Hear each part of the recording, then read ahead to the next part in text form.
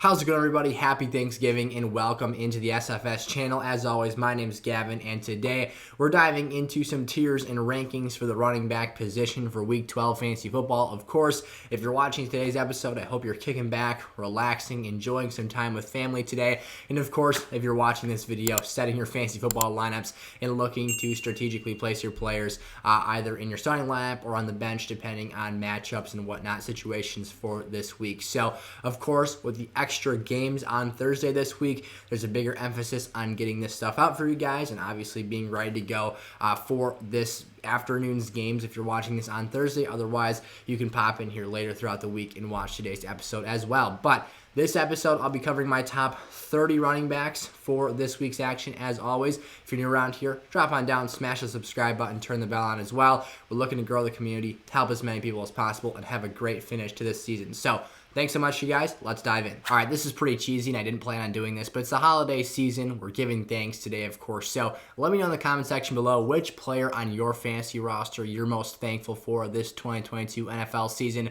Of course, I am most thankful for you guys as a whole, my audience, just for tuning into the videos and staying with me throughout this season. I appreciate the heck out of all of you guys and hope you're having great fantasy years here. So kicking off the first tier in today's episode, the elite tier for this week. We've got Austin Eckler, Derrick Henry, and Saquon Barkley. As always, if you're new around here, I move my rankings numerically from left to right. I just don't have the time to edit the numbers in there, so I apologize for that if you haven't seen these episodes before. But just know that left to right, I will announce the picks that we are circulating through at the top of each tier. So, of course, this is our numbers 1 through 3 running backs. Eckler's got Arizona this week. Derrick Henry has Cincinnati, and Saquon has Dallas.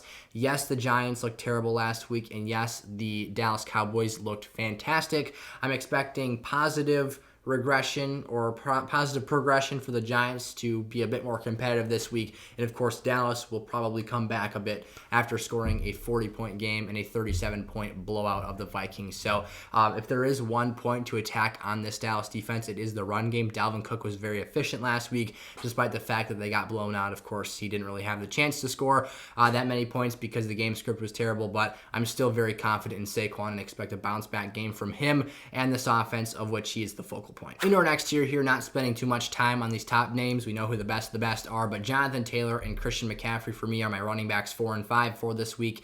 JT's got Pittsburgh. This is a defense that has been somewhat susceptible to big plays in the run and pass game. They've been pretty strong situationally in some circumstances, but overall my confidence in Jonathan Taylor has grown as a result of his improved health here to that ankle, and of course the fact that Jeff Saturday's offense and his football team has looked a bit more buttoned up. They've seemed a bit more put together in situational football settings. 3rd and 1, you're running the football versus throwing RPO screens. It's just been overall a very vanilla offense, and there hasn't been too much flash here, but it's been positive for JT's fantasy value and guys like Michael Pittman as well, who I think is finally coming back into having somewhat of a reasonable floor on a weekly basis. So for what it's worth, liking that outlook there. And then Christian McCaffrey versus New Orleans this week. This is a defense that's been underperforming as of late. Now, this is a team as well, though, and Christian McCaffrey, San Francisco 49ers, has kind of pulled his workload back a bit here. They're being smart from a football standpoint. They're keeping his touches light, probably in an effort for a playoff push here. Of course, as fantasy owners, though, we want to see him be that 25 touch per game guy. I just don't think he's going to be that right now. It's been 2 weeks in a row of seeing some kind of regressed opportunities for him, and that's okay. He's still efficient. He actually had more receptions than rushing attempts last week. If he's getting that work, that's very valuable. And of course, he's going to find the end zone on a pretty frequent basis as well, despite the fact that he might not do that every single week. So still feeling really good about these players, though. They are a tier down, in my opinion, from those first 3 names. Still top 5 players, though, for week 12. Okay, so let's dive into my running backs 6 through 8 now, starting with Nick Chubb against the Tampa Bay Buccaneers. Tampa has been a really tough opposing run defense the past few years. However, there has been some regression this season. You can tell guys on the interior like Ndamukong Suh, who is now actually signed with the Philadelphia Eagles as of last week, they're missing him, and they're not nearly as dominant up front. Now, this past game that they played, not the past week, they're on bye in week 11, but week 10 in Germany, Munich, week to be specific, against the Seattle Seahawks. They held Ken Walker to his worst game as a starter for the Seahawks offense, and overall looked like they had gotten some of their juice back on the defensive side of the ball as they get more healthy. So that could be kind of a bad omen for Nick Chubb owners in terms of what that means for his ceiling. We do expect this Cleveland offense to plug away and chip away in the run game with a really good offensive line every single week, though. So that floor tends to be very high, although last week he did have himself a down performance. Josh Jacobs here taking on the Seattle Seahawks. This is a great matchup for an offense that is scoring points. They're not winning many games. Now they're 2-0 against Denver this season. However, their overall point totals their overall win column is not looking fantastic. But between Josh Jacobs and Devontae Adams, this offense is working. It is moving the football downfield. And again, this is a Seattle matchup that I think is pretty favorable in terms of allowing success to opposing fantasy running backs. So for Jacobs, the opportunity is on the table. It's just going to be about capitalizing and executing as an overall 11-man offense.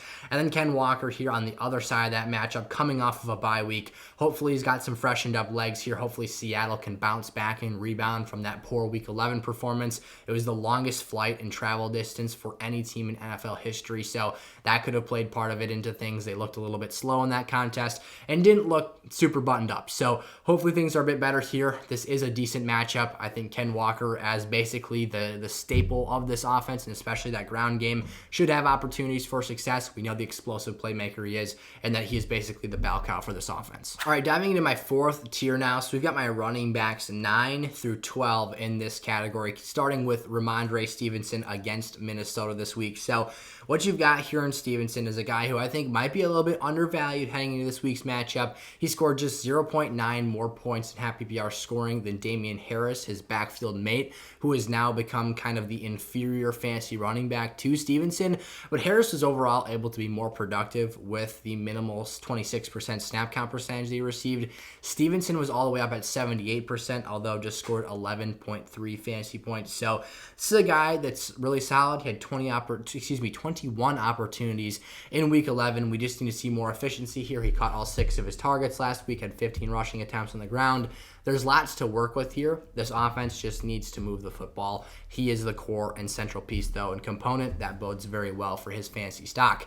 Dalvin Cook here, a guy against New England this week where he could technically get wiped out of this matchup. We'll see what Bill Belichick's approach is from a defensive schematic perspective. My guess, though, is that Dalvin will be left to kind of do his thing. If Bill can kill 2 birds with 1 stone and somehow lock up and shut down Justin Jefferson at the same time as stopping the run, this could be another self-imploding disaster for the Vikings offense. However, I do think that Dalvin should be the second kind of priority for the defensive side of the ball, Jefferson being the number 1 that Bill tries to take away from this Vikings team. Again, that's what he does. He tries to make offenses play left-handed. So again, if he can do the same thing to both players at once, he's going to, but my estimation is that Jefferson will be that higher priority. Dalvin's just going to need the attempts then and hopefully some rushing opportunities on the goal line. If he's able to get that, he should get the job done. I am expecting a bounce-back game for Minnesota, though, where they're going to look hopefully a lot more cinched up offensively and defensively and play a much better 60 minutes of football than they did against the Dallas Cowboys in Week 11. Travis Etienne here, another tough matchup. That's kind of the theme for a couple of these players in this tier here.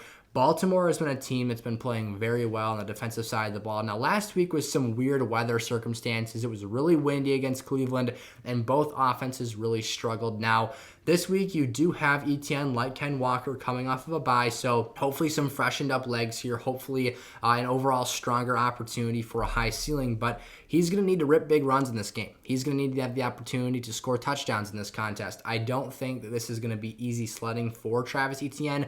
The talent is going to have to prevail through, and the opportunities are going to have to be high quality for him in this game to really get you where you're hoping he can take your teams in lineups here coming off of this bye week. And then Aaron Jones, this Philadelphia team has shown multiple weeks in a row that you can run the football on them. This is a team that has made an honest emphasis to get more help on the interior. That's why they signed Linval Joseph.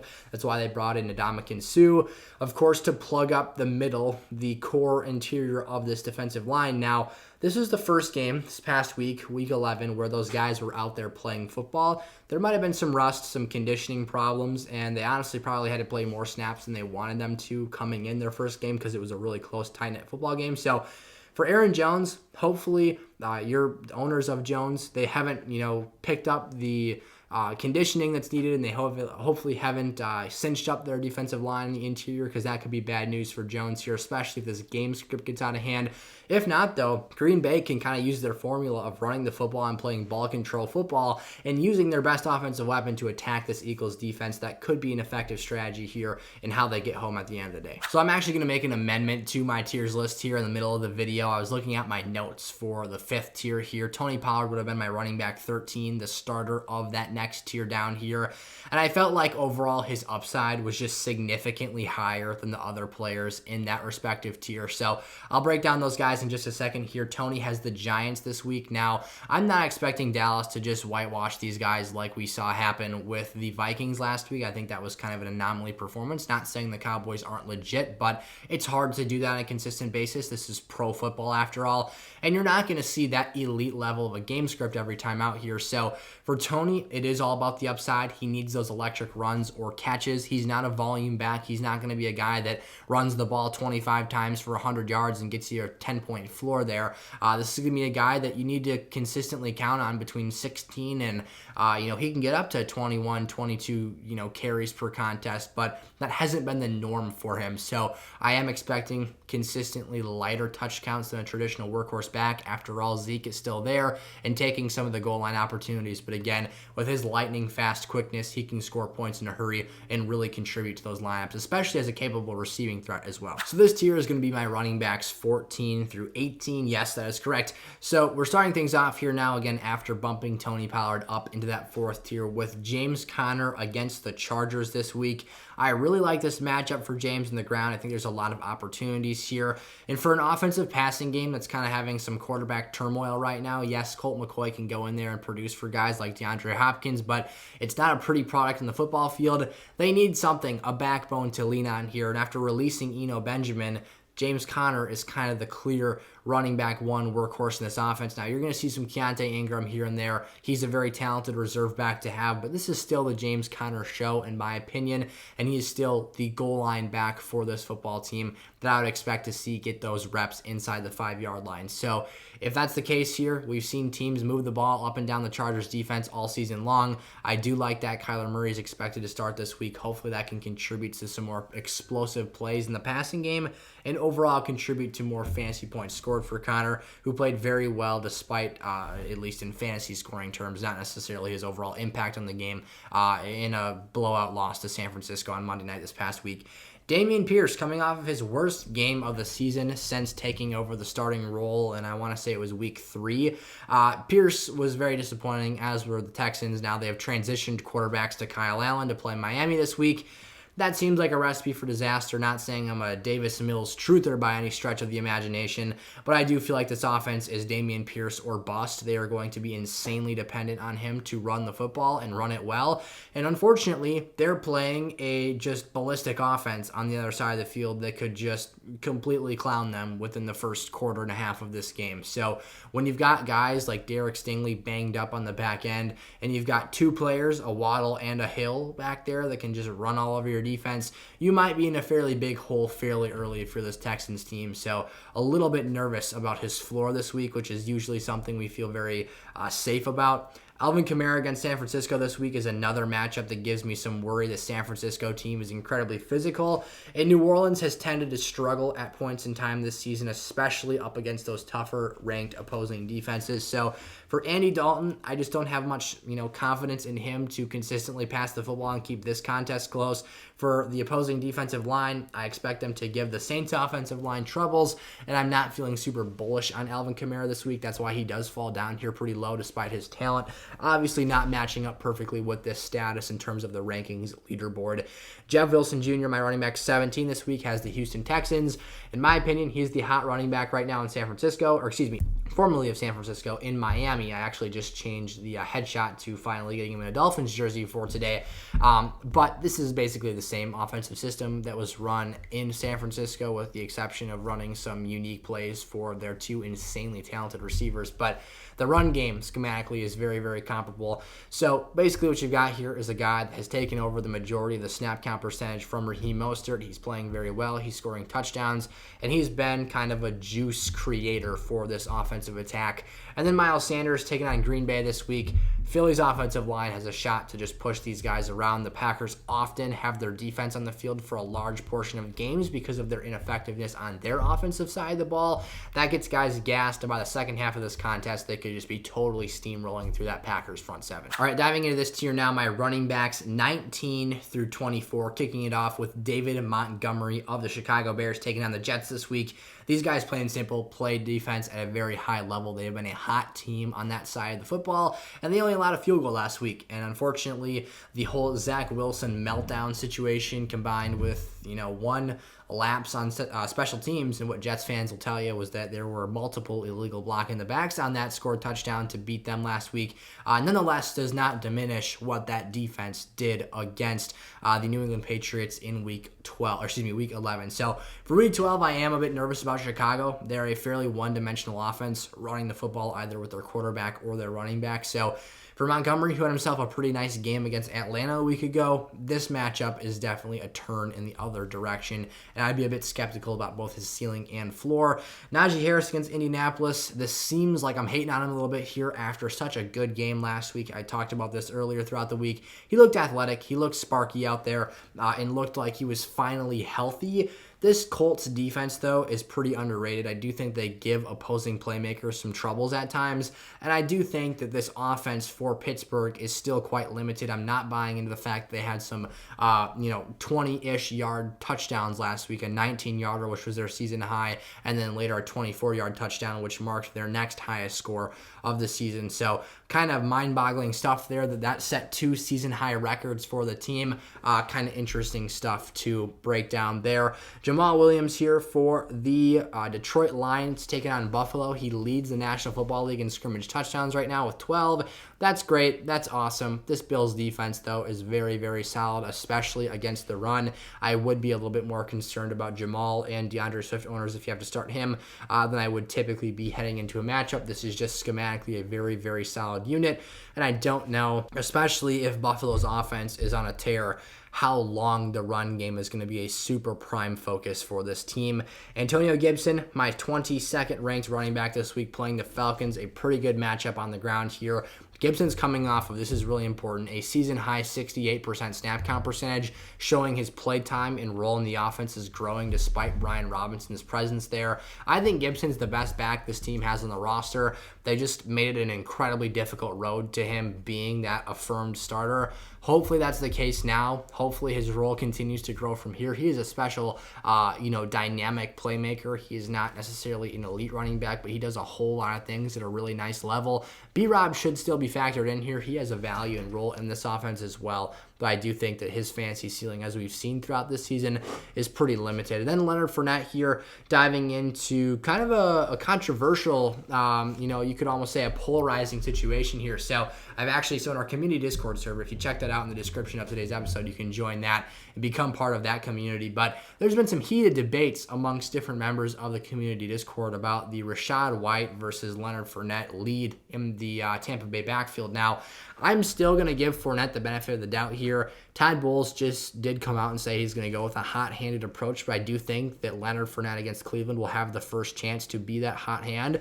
Pre-bye week, which was a week and a half or so ago, actually by the time these teams play 2 weeks ago, he will have had the bye week in between that point in time and a whole week to heal his hip pointer injury. Now, of course, this is great news for Rachaad White owners if that hip is still bothering him and he's not 100% ready to play. And, of course, causes him to see limitations in his usage. But for Lenny, I do think that that's pretty significant here and that we could see more opportunities, given to Rachaad White, the backup. That's why he is a tier 6 running back for this week. I do have him ranked higher than White, though, who you're going to see very, very shortly here.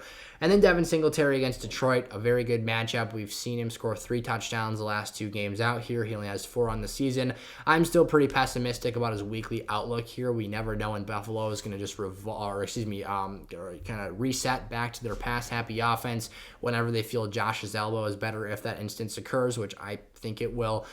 For a big, strong guy like Josh Allen, they're going to want to whip the football around the yard. So, again, me being a little bit pessimistic here with Devin Singletary, but I do think that there is some nice opportunity in this matchup this week. All right, number 25 through 30 here to round out today's episode. Our bigger tiers are at the bottom here with a bit more generalization of players, of course, and overall their outlooks for this week. So, Latavius Murray taking on Carolina this game. We've got Melvin Gordon released from the Denver Broncos. Enough was enough. They said, that's one too many fumbles for me. Get off the roster and goodbye. Goodbye and good riddance, Melvin. So, unfortunate news for his owners. Of course, the Javonte Williams situation gets a bit messier here. You can actually see Javonte still in my player pool. Of course, we're not using him at this current point in time, but he is still on the good old tier maker here.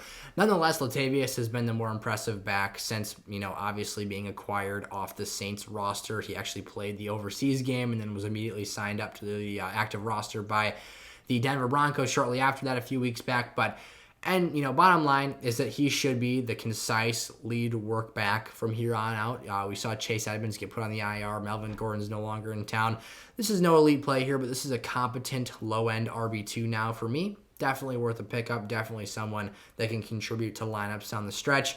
Rachaad White, I said I'd be talking about him in just a second here. Good old Mr. 22 rushing attempts in week 10. Had 105 yards from scrimmage. I guess I should just say 105 yards rushing because he didn't have any catches. But that's a significant amount of work for a rookie running back, especially a guy who was a reserve back. And this wasn't work that was all taking place after Leonard Fournette exited that contest with that hip pointer. This was ongoing throughout the contest. So there are going to be fancy implications. As you can see, Lenny is my running back 23 this week. Rachaad White is my running back 26. So a mere 3 players, actually 2 players, separate the two, with them sandwiching those Devin Singletary and Latavius Murray in between them. So I feel very, confident about Leonard being the lead again to start this week. We will get more information, and there is a very good possibility that that flips for next week. You could see Rachaad White as the younger, fresher, more explosive legs take over this backfield, and then poor Leonard Fournette owners are left kind of crying in the corner, which in a couple of leagues would be myself. So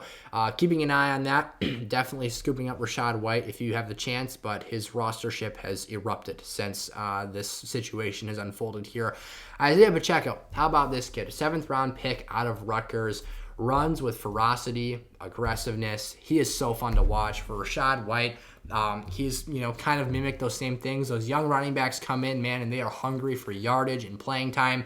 And Pacheco took over the starting role. Now, he's not a guy that's going out there and catching a high volume of passes every week. He actually caught no passes last week, but had over 100 yards rushing against the Chargers defense. So you can see that he is clearly the back to own in Kansas City. That role is not one that I would necessarily consider elite. It's a lower end RB2 position in standard formats to a flex level player in PPR. There isn't a ton of upside there, but should he squirt in the end zone and score a touchdown, you're looking at maybe 16 or 17 points in a given week. So really like what you're seeing here from Pacheco. Solid RB3 option this week. CPAT for the Atlanta Falcons taking on the Washington Commanders. This is a tough matchup. CPAT has not had a 50% snap count percentage since returning off the IR. That's a little troubling to me. I want to see that number be a bit higher and see him more involved in this offense, especially in the receiving game, which has been something that's been pretty underwhelming so far this year. D'Onta Foreman, Carolina this week, has the Denver Broncos. Brutal stuff, so we'll see how they fare against that insanely tough defensive unit coming off a bad showing against the Raiders. You've also got Sam Darnold starting his first game of this season. This could kind of turn into a disaster pretty darn quick. I'm a bit nervous for my D'Onta Foreman shares. I will likely be placing him on the bench in as many leagues as I can, especially those that are PPR. It tends to see guys like Raheem Blackshear get a little bit more run, and even a Chuba Hubbard when they get into those passing sets, and it becomes a bit more of a committee-style offense just in those scenarios. So it should still be a close game. Russ and the Broncos aren't putting up too many points, but offensively it could be a bit of a nightmare for this Panthers team. And then Zeke here at number 30 against the Giants. I said it earlier this week. He's the sledgehammer bowling ball back they're looking to use in short yardage situations. He still got 15 rushes last week, just 42 yards though, so under 3 yards per carry. Not great stuff. There are limitations here. The ceiling is quite low. There is a floor, but you need a touchdown if you want to do anything more than that. So there you have it, my top 30 running backs for Week 12 fantasy football. As always, happy Thanksgiving, you guys. I hope you have a really, really great time with your families. Hopefully you're traveling for the holidays or, seeing people that you care about. I, of course, am on a traveling studio right now, so not enjoying this quite nearly as much as I usually do for the set that I have set up at my place, but we're making it work here. Hopefully you guys were able to enjoy today's episode, and I will see you in a future video. We've got the receivers out today as well. One more time, happy Thanksgiving, and I will see you guys there. Peace out.